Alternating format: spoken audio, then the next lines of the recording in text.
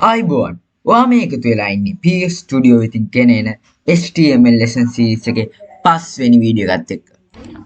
කලින් අපි වීඩියෝ එකේ කතා කරේ HTML links ගැන.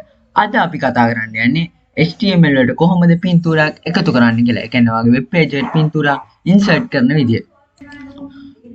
ඔයා හදාගත්තට ෆෝල්ඩර් එක තියෙනවනේ ඔයාගේ වෙබ් පේජ් එකේ. මේක තියෙන. ඒකට ඔයා insert කරන්න යන පින්තූරේ දාගන්න. මම මේ කයිට් එකේ පින්තූරේ දාගෙන තියෙන්නේ. එහෙනම් අපි වැඩේට යමු.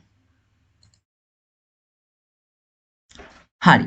අපිට තියෙන පොඩි ටැග් එකක් ගහන්න විතරයි මේ පින්තූරේ ඉන්සර්ට් කරන්න. ඒක තමයි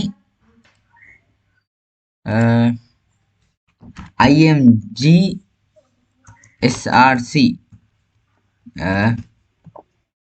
කියලා දාලා close.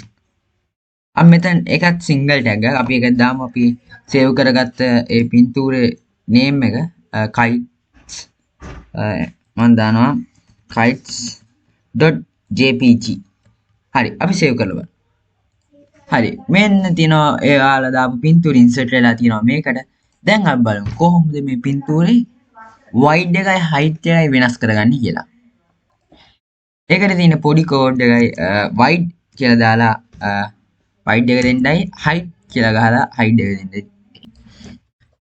මම height එකයි wide එකයි දෙකම සමානව දුන්නා අපි බලමු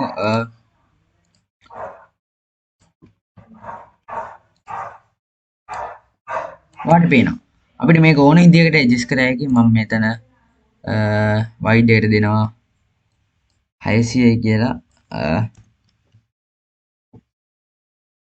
පේනව නේද ඔයාලට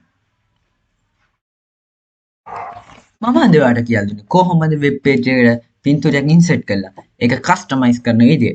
එහෙනම් අපි ඊළඟ දවසේ හම්බ වෙනකම් ඔයාලට සුබම සුබ දවසක්.